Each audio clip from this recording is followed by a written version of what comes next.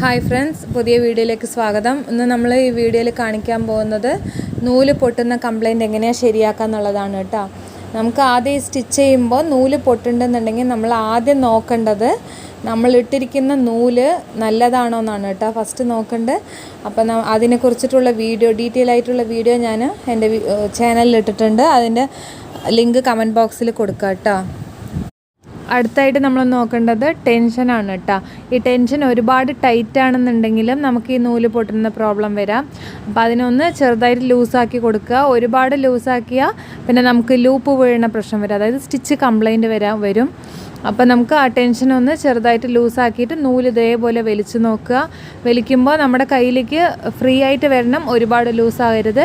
അതേപോലെ തന്നെ നമ്മുടെ ബോബിനിലെ നൂലും കേസിലിട്ടിട്ട് വലിച്ചു നോക്കുക. അതും നമ്മൾ മുകളിലത്തെ പറഞ്ഞ പോലെ തന്നെയാണ്, ഫ്രീ ആയിട്ട് നമ്മൾ വലിക്കുമ്പോൾ വരണം. ഇത് രണ്ടും ടെൻഷനും ബോബിനും ഓക്കെ ആണെന്നുണ്ടെങ്കിൽ തന്നെ നമ്മുടെ നൂല് പൊട്ടുന്ന പ്രശ്നം ശരിയാക്കാൻ പറ്റും. ഇതൊക്കെ ചെയ്തിട്ടും നൂല് പൊട്ടുന്നുണ്ടെന്നുണ്ടെങ്കിൽ നമ്മൾ നൂലിടുമല്ലോ മെഷീനിൽ, അപ്പോൾ അത് എല്ലാ ഭാഗത്തിലൂടെയും നൂലിട്ടുണ്ടോ എന്നുള്ളത് ആദ്യം ശ്രദ്ധിക്കണം. ഏതിലെങ്കിലും ഒന്നിൽ മിസ്സായിട്ടുണ്ടെന്നുണ്ടെങ്കിലും ബിഗിനേഴ്സിന് ചിലപ്പോൾ അങ്ങനെ പറ്റിപ്പോവാറുണ്ട്, നൂല് ഇടാൻ മറക്കും. അപ്പോൾ അങ്ങനെ മറന്നാലും നൂല് പൊട്ടുന്ന കംപ്ലൈൻറ്റ് വരും. ഇതെല്ലാം ചെയ്തിട്ടും നിങ്ങൾക്ക് നൂല് പൊട്ടുന്നുണ്ടെന്നുണ്ടെങ്കിൽ ഇനി ഞാൻ പറയണ കാര്യം ശ്രദ്ധിച്ചാൽ മതി. ഇതുപോലത്തെ നല്ല കനമുള്ള തുണിയൊക്കെ സ്റ്റിച്ച് ചെയ്യുമ്പോഴാണല്ലോ നമുക്ക് ഈ നൂല് പൊട്ടുന്ന കംപ്ലൈൻറ്റ് വരാറ്. അപ്പോൾ അങ്ങനെ വരുന്നുണ്ടെന്നുണ്ടെങ്കിൽ നമ്മൾ സൂചി ഇട്ടിരിക്കുന്നത് കറക്റ്റാണോ എന്ന് നോക്കുക. അത് എല്ലാം ഓക്കെ ആണെന്നുണ്ടെങ്കിൽ നമ്മൾ സൂചീനെ ഒരു പൊടിക്ക്, നമ്മൾ എപ്പോഴും ഇടുന്നതിനെക്കാട്ടിലും ഒരു പൊടിക്ക് താഴെ ഇറക്കി കൊടുക്കുക. ഒരുപാട് ഇറങ്ങിപ്പോവരുത്, പിന്നെ കേസിൽ തട്ടിയിട്ട് സൂചി പൊട്ടും. അപ്പോൾ ആദ്യം ചെറുതായിട്ടൊന്ന് ഇറക്കിയിട്ട് ഇതേപോലെ ടൈറ്റ് ചെയ്തെടുക്കുക.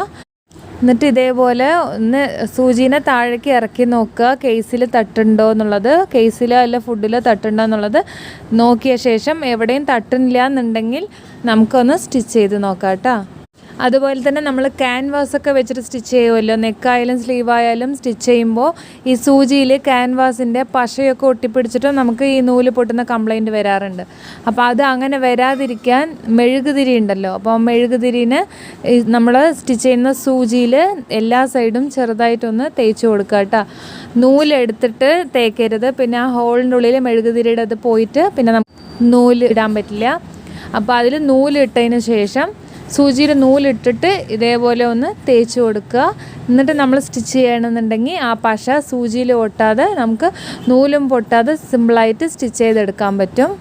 ഇതേപോലെ എത്ര മടക്കിയിട്ട് നമ്മൾ വെച്ചാലും നമുക്ക് സിമ്പിളായിട്ട് സ്റ്റിച്ച് ചെയ്തെടുക്കാൻ പറ്റും. പിന്നെ ഇതേപോലെ സൂചികൾ കിട്ടും കേട്ടോ. നമുക്ക് ബട്ടൺ ഹൗസിലേക്ക് നല്ല കനമുള്ള തുണി സ്റ്റിച്ച് ചെയ്യാനാണെന്ന് പറഞ്ഞാൽ അവർ അതിനനുസരിച്ച് തരും. ചെറിയ മെഷീനാണെന്ന് വലിയ മെഷീനാണെന്നുള്ളത് പറഞ്ഞാൽ മതി. ഞാനിതിൽ പറഞ്ഞതൊക്കെ ചെയ്ത് നോക്കിയിട്ട് നിങ്ങൾക്ക് പിന്നെയും പ്രശ്നം വരികയാണെന്നെങ്കിൽ മാത്രം ഈ സൂചി വാങ്ങിയാൽ മതി. അല്ലാതുള്ളവർക്ക് നേരത്തെ ഞാൻ പറഞ്ഞതൊക്കെ ചെയ്താലേ ഈ കംപ്ലൈൻറ്റൊക്കെ നമുക്ക് ശരിയാക്കാൻ പറ്റും. അപ്പോൾ ഇത്രയേ ഉള്ളൂ കേട്ടോ ഇന്നത്തെ വീഡിയോ.